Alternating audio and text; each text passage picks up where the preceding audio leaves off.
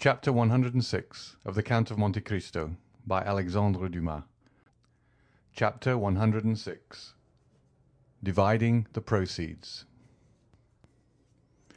The apartment on the second floor of the house in the Rue Saint-Germain-des-Prés, where Albert de Morcerf had selected a home for his mother, was let to a very mysterious person. This was a man whose face the concierge himself had never seen, for in the winter his chin was buried in one of the large red handkerchiefs worn by gentlemen's coachmen on a cold night, and in the summer he made a point of always blowing his nose just as he approached the door. Contrary to custom, this gentleman had not been watched, for as the report ran that he was a person of high rank, and one who would allow no impertinent interference, his incognito was strictly respected. His visits were tolerably regular, though occasionally he appeared a little before or after his time, but generally, both in summer and winter, he took possession of his apartment about 4 o'clock, though he never spent the night there. At 3:30 in the winter, the fire was lighted by the discreet servant who had the superintendence of the little apartment, and in the summer ices were placed on the table at the same hour. At 4 o'clock, as we have already stated, the mysterious personage arrived. 20 minutes afterwards, a carriage stopped at the house. A lady alighted in a black or dark blue dress, and always thickly veiled. She passed like a shadow through the lodge, and ran upstairs without a sound escaping under the touch of her light foot. No one ever asked her where she was going. Her face, therefore, like that of the gentleman, was perfectly unknown to the two concierges, who were perhaps unequalled throughout the capital for discretion. We need not say she stopped at the second floor. Then she tapped in her peculiar manner at a door, which, after being opened to admit her, was again fastened, and curiosity penetrated no farther. They used the same precautions in leaving as in entering the house. The lady always left first, and as soon as she had stepped into her carriage, it drove away, sometimes towards the right hand, sometimes to the left. Then about 20 minutes afterwards the gentleman would also leave, buried in his cravat or concealed by his handkerchief.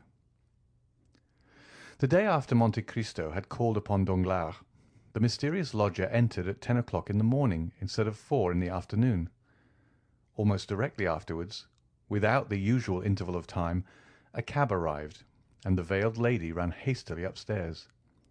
The door opened, but before it could be closed, the lady exclaimed, "Oh, Lucien! Oh, my friend!" The concierge therefore heard for the first time that the lodger's name was Lucien. Still, as he was the very perfection of a doorkeeper, he made up his mind not to tell his wife. "Well, what is the matter, my dear?" asked the gentleman, whose name the lady's agitation revealed. "Tell me, what is the matter?" "Oh, Lucien, can I confide in you?" "Of course. You know you can do so. But what can be the matter? Your note of this morning has completely bewildered me. This precipitation, this unusual appointment. Come, ease me of my anxiety, or else frighten me at once." "Lucien, a great event has happened," said the lady, glancing inquiringly at Lucien. "Monsieur Danglars left last night." "Left? Monsieur Danglars left? Where has he gone?" "I do not know." "What do you mean? Has he gone intending not to return?" "Undoubtedly. At 10 o'clock at night his horses took him to the barrier of Charenton. There a post-chaise was waiting for him. He entered it with his valet de chambre, saying that he was going to Fontainebleau." "Then what did you mean?" "Stay, he left a letter for me." "A letter?" "Yes, read it." And the Baroness took from her pocket a letter which she gave to Debray. Debray paused a moment before reading, as if trying to guess its contents, or perhaps while making up his mind how to act, whatever it might contain. No doubt his ideas were arranged in a few minutes, for he began reading the letter which caused so much uneasiness in the heart of the Baroness, and which ran as follows: "Madame and most faithful wife." Debray mechanically stopped and looked at the Baroness, whose face became covered with blushes. "Read," she said. Debray continued. When you receive this, you will no longer have a husband. Oh, you need not be alarmed. You will only have lost him as you have lost your daughter. I mean that I shall be travelling on one of the 30 or 40 roads leading out of France. I owe you some explanations for my conduct, and as you are a woman that can perfectly understand me, I will give them. Listen. I received this morning 5 millions, which I paid away. Almost directly afterwards, another demand for the same sum was presented to me. I put this creditor off till tomorrow, and I intend leaving today to escape that tomorrow, which would be rather too unpleasant for me to endure. You understand this, do you not, my most precious wife? I say you understand this because you are as conversant with my affairs as I am. Indeed, I think you understand them better, since I am ignorant of what has become of a considerable portion of my fortune, once very tolerable, while I am sure, madame, that you know perfectly well. For women have infallible instincts. They can even explain the marvellous by an algebraic calculation they have invented. But I, who only understand my own figures, know nothing more than that one day these figures deceived me. Have you admired the rapidity of my fall? Have you been slightly dazzled at the sudden fusion of my ingots? I confess I have seen nothing but the fire. Let us hope you have found some gold among the ashes. With this consoling idea, I leave you, madame, and most prudent wife, without any conscientious reproach for abandoning you. You have friends left, and the ashes I have already mentioned, and above all the liberty I hasten to restore to you. And here, madame, I must add another word of explanation. So long as I hoped you were working for the good of our house and for the fortune of our daughter, I philosophically closed my eyes. But as you have transformed that house into a vast ruin, I will not be the foundation of another man's fortune. You were rich when I married you, but little respected. Excuse me for speaking so very candidly, but as this is intended only for ourselves, I do not see why I should weigh my words. I have augmented our fortune, and it has continued to increase during the last 15 years, till extraordinary and unexpected catastrophes have suddenly overturned it, without any fault of mine. I can honestly declare, you, madame, have only sought to increase your own, and I am convinced that you have succeeded. I leave you, therefore, as I took you, rich but little respected. Adieu. I also intend from this time to work on my own account. Accept my acknowledgments for the example you have set me, and which I intend following. Your very devoted husband, Baron Danglars. The Baroness had watched Debray while he read this long and painful letter, and saw him, notwithstanding his self-control, change colour once or twice. When he had ended the perusal, he folded the letter and resumed his pensive attitude. "Well?" asked Madame Danglars, with an anxiety easy to be understood. "Well, madame?" unhesitatingly repeated Debray. "With what ideas does that letter inspire you?" "Oh, it is simple enough, madame. It inspires me with the idea that Monsieur Danglars has left suspiciously." "Certainly. But is this all you have to say to me?" "I do not understand you," said Debray with freezing coldness. "He is gone, never to return." "Oh, madame, do not think that." "I tell you, he will never return. I know his character. He is inflexible in any resolutions formed for his own interests. If he could have made any use of me, he would have taken me with him. He leaves me in Paris, as our separation will conduce to his benefit. Therefore he has gone, and I am free forever," added Madame Danglars in the same supplicating tone.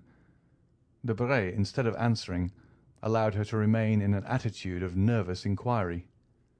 "Well?" she said at length. "Do you not answer me?" "I have but one question to ask you. What do you intend to do?" "I was going to ask you," replied the Baroness with a beating heart. "Ah, then, you wish to ask advice of me?" "Yes, I do wish to ask your advice," said Madame Danglars with anxious expectation. "Then if you wish to take my advice," said the young man coldly, "I would recommend you to travel." "To travel?" she murmured. "Certainly. As Monsieur Danglars says, you are rich and perfectly free. In my opinion, a withdrawal from Paris is absolutely necessary after the double catastrophe of Mademoiselle Danglars' broken contract and Monsieur Danglars' disappearance. The world will think you abandoned and poor, for the wife of a bankrupt would never be forgiven were she to keep up an appearance of opulence. You have only to remain in Paris for about a fortnight, telling the world you are abandoned and relating the details of this desertion to your best friends, who will soon spread the report. Then you can quit your house, leaving your jewels and giving up your jointure, and everyone's mouth will be filled with praises of your disinterestedness. They will know you are deserted and think you also poor, for I alone know your real financial position, and am quite ready to give up my accounts as an honest partner." The dread with which the pale and motionless Baroness listened to this was equalled by the calm indifference with which Debray had spoken. "Deserted?" she repeated. "Ah, yes, I am indeed deserted. You are right, sir, and no one can doubt my position." These were the only words that this proud and violently enamoured woman could utter in response to Debray. "But then you are rich, very rich indeed," continued Debray, taking out some papers from his pocket-book, which he spread upon the table. Madame Danglars did not see them. She was engaged in stilling the beatings of her heart and restraining the tears which were ready to gush forth. At length a sense of dignity prevailed, and if she did not entirely master her agitation, she at least succeeded in preventing the fall of a single tear. "Madame," said Debray, "it is nearly 6 months since we have been associated. You furnished a principal of 100,000 francs. Our partnership began in the month of April. In May we commenced operations, and in the course of the month gained 450,000 francs. In June the profit amounted to 900,000. In July we added 1,700,000 francs. It was, you know, the month of the Spanish bonds. In August we lost 300,000 francs at the beginning of the month, but on the 13th we made up for it, and we now find that our accounts, reckoning from the first day of partnership up to yesterday, when I closed them, showed a capital of 2,400,000 francs. That is 1,200,000 for each of us. Now, madame," said Debray, delivering up his accounts in the methodical manner of a stockbroker, "there are still 80,000 francs, the interest of this money, in my hands." "But," said the Baroness, "I thought you never put the money out to interest." "Excuse me, madame," said Debray coldly. "I had your permission to do so, and I have made use of it. There are then 40,000 francs for your share, besides the 100,000 you furnished me to begin with, making in all 1,340,000 francs for your portion. Now, madame, I took the precaution of drawing out your money the day before yesterday. It is not long ago, you see, and I was in continual expectation of being called on to deliver up my accounts. There is your money, half in banknotes, the other half in cheques payable to bearer. I say there, for as I did not consider my house safe enough, or lawyers sufficiently discreet, and as landed property carries evidence with it, and moreover, since you have no right to possess anything independent of your husband, I have kept this sum, now your whole fortune, in a chest concealed under that closet, and for greater security, I myself concealed it there. Now, madame," continued Debray, first opening the closet, then the chest. "Now, madame, here are 800 notes of 1,000 francs each, resembling, as you see, a large book bound in iron. To this I add a certificate in the funds of 25,000 francs. Then, for the odd cash, making, I think, about 110,000 francs, here is a cheque upon my banker, who, not being Monsieur Danglars, will pay you the amount, you may rest assured." Madame Danglars mechanically took the cheque, the bond, and the heap of banknotes. This enormous fortune made no great appearance on the table. Madame Danglars, with tearless eyes, but with her breast heaving with concealed emotion, placed the banknotes in her bag, put the certificate and cheque into her pocket-book, and then, standing pale and mute, awaited one kind word of consolation. But she waited in vain. "Now, madame," said Debray, "you have a splendid fortune, an income of about 60,000 livres a year, which is enormous for a woman who cannot keep an establishment here for a year at least. You will be able to indulge all your fancies. Besides, should you find your income insufficient, you can, for the sake of the past, madame, make use of mine, and I am ready to offer you all I possess, on loan." "Thank you, sir, thank you," replied the Baroness. "You forget that what you have just paid me is much more than a poor woman requires, who intends for some time at least to retire from the world." Debray was for a moment surprised, but immediately recovering himself, he bowed with an air which seemed to say, "As you please, madame." Madame Danglars had until then perhaps hoped for something, but when she saw the careless bow of Debray, and the glance by which it was accompanied, together with his significant silence, she raised her head, and without passion or violence or even hesitation, ran downstairs, disdaining to address a last farewell to one who could thus part from her. "Bah!" said Debray when she had left, "these are fine projects. She will remain at home, read novels and speculate at cards, since she can no longer do so on the Bourse."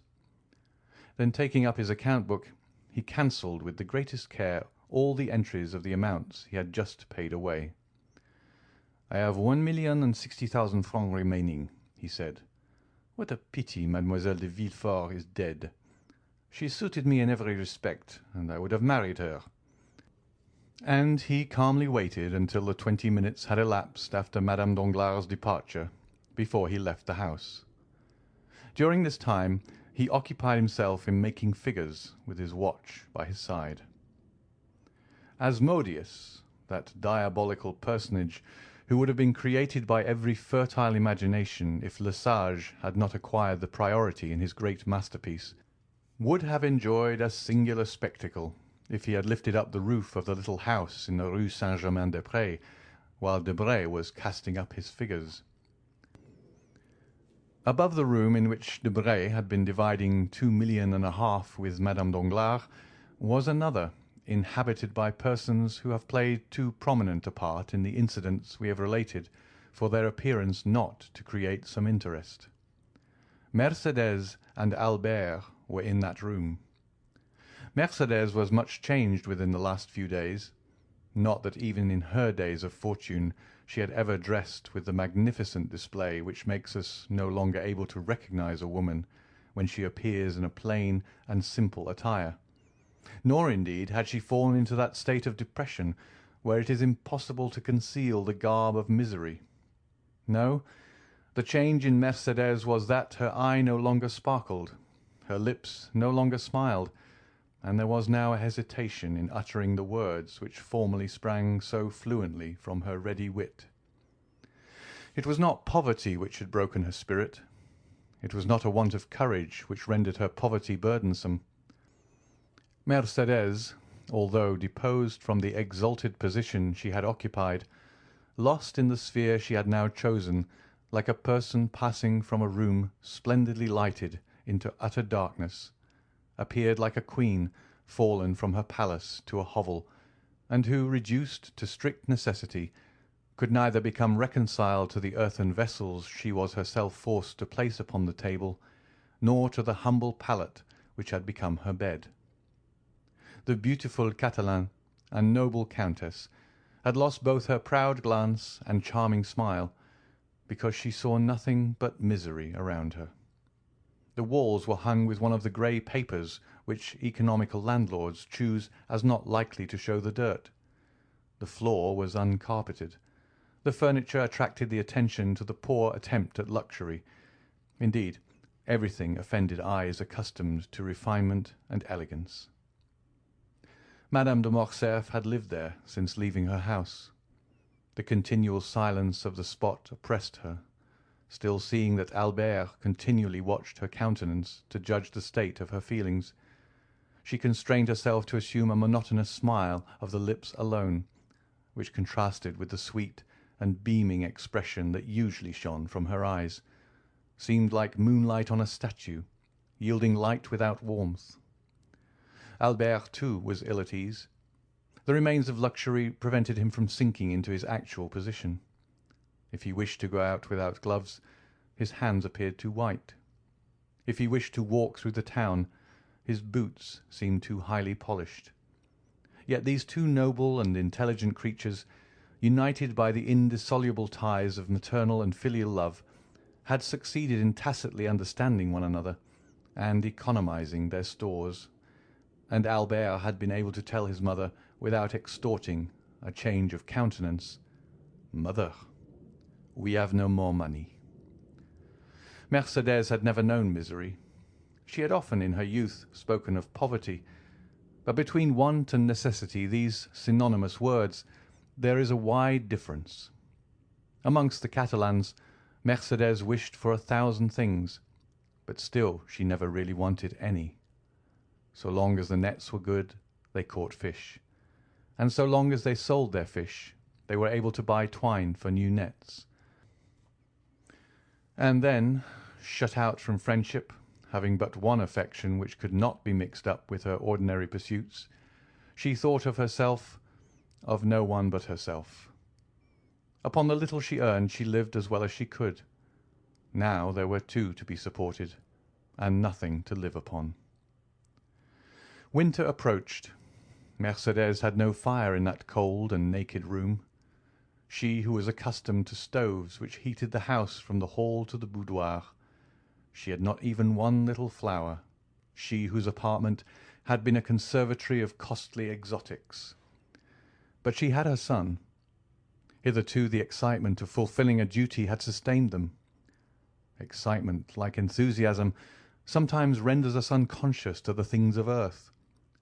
But the excitement had calmed down, and they felt themselves obliged to descend from dreams to reality. After having exhausted the ideal, they found they must talk of the actual. "Mother," exclaimed Albert, just as Madame Danglars was descending the stairs, "let us reckon our riches, if you please. I want capital to build my plans upon." "Capital nothing," replied Mercédès with a mournful smile. "No, mother, capital 3,000 francs, and I have an idea of our leading delightful life upon this 3,000 francs." "Child," sighed Mercédès.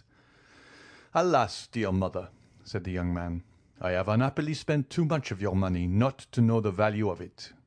These 3,000 francs are enormous, and I intend building upon this foundation a miraculous certainty for the future." "You say this, my dear boy, but do you think we ought to accept these 3,000 francs?" said Mercédès, colouring. "I think so," answered Albert in a firm tone. "We will accept them the more readily since we have them not here. You know they are buried in the garden of the little house in the Allée de Meilhan at Marseille. With 200 francs we can reach Marseille." "With 200 francs? Are you sure, Albert?" "Oh, as for that, I have made inquiries respecting the diligences and steamboats, and my calculations are made. You will take your place in the coupé to Châlons. You see, mother, I treat you handsomely for 35 francs." Albert then took a pen and wrote: "Coupé, 35 francs. From Châlons to Lyon you will go on by the steamboat, 6 francs. From Lyon to Avignon, still by steamboat, 16 francs. From Avignon to Marseille, 7 francs. Expenses on the road, about 50 francs. Total, 114 francs. Let us put down 120, added Albert, smiling. You see, I am generous, am I not, mother? But you, my poor child? I? Do you not see that I reserve 80 francs for myself? A young man does not require luxuries. Besides, I know what travelling is." "With a post-chaise and valet de chambre?" "Any way, mother." "Well, be it so. But these 200 francs?" "Here they are, and 200 more besides. See, I have sold my watch for 100 francs, and the guard and seals for 300. How fortunate that the ornaments were worth more than the watch. Still the same story of superfluities. Now I think we are rich, since instead of the 114 francs we require for the journey, we find ourselves in possession of 250. "But we owe something in this house." 30 francs, but I pay that out of my 150 francs. That is understood. And as I require only 80 francs for my journey, you see I am overwhelmed with luxury. But that is not all. What do you say to this, mother?" And Albert took out of a little pocket-book with golden clasps, a remnant of his old fancies, or perhaps a tender souvenir from one of the mysterious and veiled ladies who used to knock at his little door. Albert took out of his pocket-book a note of 1,000 francs. "What is this?" asked Mercédès. 1,000 francs. "But whence have you obtained them?" "Listen to me, mother, and do not yield too much to agitation." And Albert, rising, kissed his mother on both cheeks, then stood looking at her. "You cannot imagine, mother, how beautiful I think you," said the young man, impressed with a profound feeling of filial love. "You are, indeed, the most beautiful and most noble woman I ever saw." "Dear child," said Mercédès, endeavouring in vain to restrain a tear which glistened in the corner of her eye. "Indeed, you only wanted misfortune to change my love for you to admiration. I am not unhappy while I possess my son." "Ah, just so," said Albert. "Here begins the trial. Do you know the decision we have come to, mother?" "Have we come to any?" "Yes. It is decided that you are to live at Marseilles, and that I am to leave for Africa, where I will earn for myself the right to use the name I now bear, instead of the one I have thrown aside." Mercédès sighed. "Well, mother, I yesterday engaged myself as substitute in the Spahis," added the young man, lowering his eyes with a certain feeling of shame, for even he was unconscious of the sublimity of his self-abasement. "I thought my body was my own, and that I might sell it. I yesterday took the place of another. I sold myself for more than I thought I was worth," he added, attempting to smile. "I fetched 2,000 francs." "Then these 1,000 francs?" said Mercédès, shuddering. "Are the half of the sum, mother. The other will be paid in a year." Mercédès raised her eyes to heaven with an expression it would be impossible to describe, and tears, which had hitherto been restrained, now yielded to her emotion and ran down her cheeks. "The price of his blood," she murmured. "Yes, if I am killed," said Albert, laughing. "But I assure you, mother, I have a strong intention of defending my person, and I never felt half so strong as inclination to live as I do now." "Merciful heavens!" "Besides, mother, why should you make up your mind that I am to be killed? Has Lamoricière, that knave of the South, been killed? Has Changarnier been killed? Has Bedeau been killed? Has Morel, whom we know, been killed? Think of your joy, mother, when you see me return with an embroidered uniform. I declare, I expect to look magnificent in it, and chose that regiment only from vanity." Mercédès sighed while endeavouring to smile. The devoted mother felt that she ought not to allow the whole weight of the sacrifice to fall upon her son. "Well, now you understand, mother," continued Albert. "Here are more than 4,000 francs settled on you. Upon these you can live at least 2 years." "Do you think so?" said Mercédès. These words were uttered in so mournful a tone that their real meaning did not escape Albert. He felt his heart beat, and taking his mother's hand within his own, he said tenderly, "Yes, you will live." "I shall live? Then you will not leave me, Albert." "Mother, I must go," said Albert in a firm, calm voice. "You love me too well to wish me to remain useless and idle with you. Besides, I have signed." "You will obey your own wish and the will of heaven." "Not my own wish, mother, but reason, necessity. Are we not two despairing creatures? What is life to you? Nothing. What is life to me? Very little without you. Mother, for believe me, but for you I should have ceased to live on the day I doubted my father and renounced his name. Well, I will live, if you promise me to still hope, and if you grant me the care of your future prospects. You will redouble my strength. Then I will go to the governor of Algeria. He has a royal heart and is essentially a soldier. I will tell him my gloomy story. I will beg him to turn his eyes now and then towards me, and if he keeps his word and interests himself for me, in 6 months I shall be an officer or dead. If I am an officer, your fortune is certain, for I shall have money enough for both, and, moreover, a name we shall both be proud of, since it will be our own. If I am killed, well then, mother, you can also die, and there will be an end of our misfortunes." "It is well," replied Mercédès with her eloquent glance. "You are right, my love. Let us prove to those who are watching our actions that we are worthy of compassion." "But let us not yield to gloomy apprehensions," said the young man. "I assure you we are, or rather we shall be, very happy. You are a woman at once full of spirit and resignation.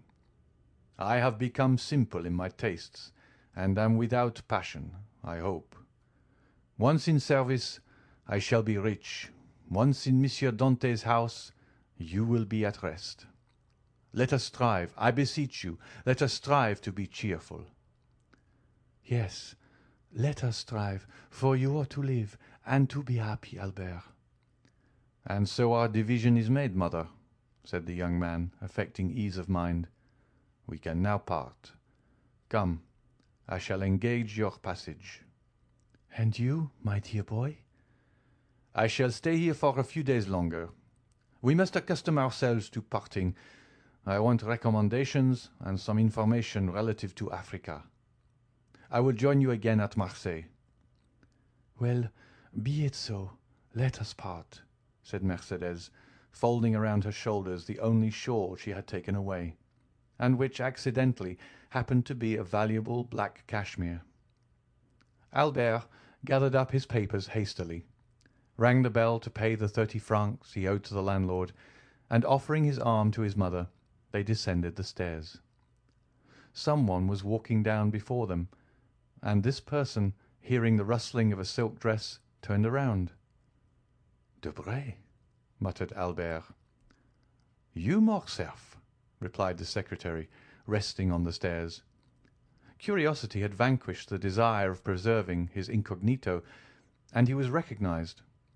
It was, indeed, strange in this unknown spot to find the young man whose misfortunes had made so much noise in Paris.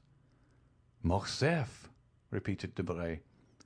Then, noticing in the dim light the still youthful and veiled figure of Madame de Morcerf, "Pardon me," he added with a smile.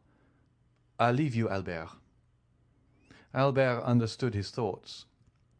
"Mother," he said, turning towards Mercédès, "this is Monsieur Debray, secretary of the Minister for the Interior, once a friend of mine."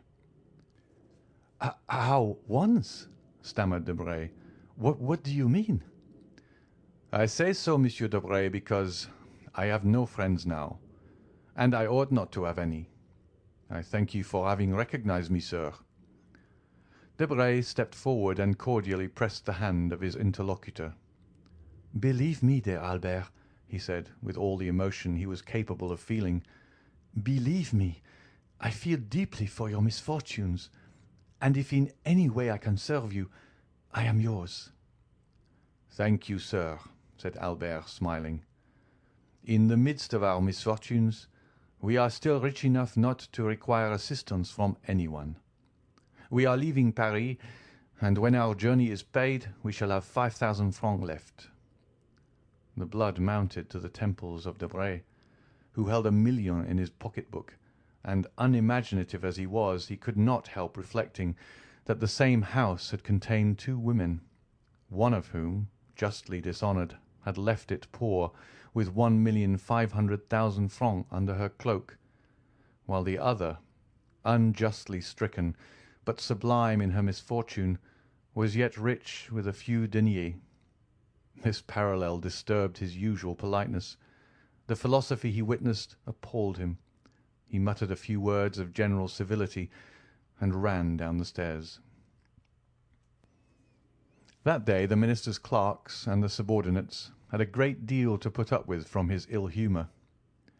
But that same night he found himself the possessor of a fine house, situated on the Boulevard de la Madeleine, and an income of 50,000 livres. The next day, just as Debray was signing the deed, that is, about 5 o'clock in the afternoon, Madame de Morcerf, after having affectionately embraced her son, entered the coupé of the diligence which closed upon her. A man was hidden in Laffitte's banking-house, behind one of the little arched windows which are placed above each desk. He saw Mercédès enter the diligence, and he also saw Albert withdraw. Then he passed his hand across his forehead, which was clouded with doubt. "Alas!" he exclaimed, "how can I restore the happiness I have taken away from these poor innocent creatures? God help me!" End of chapter 106.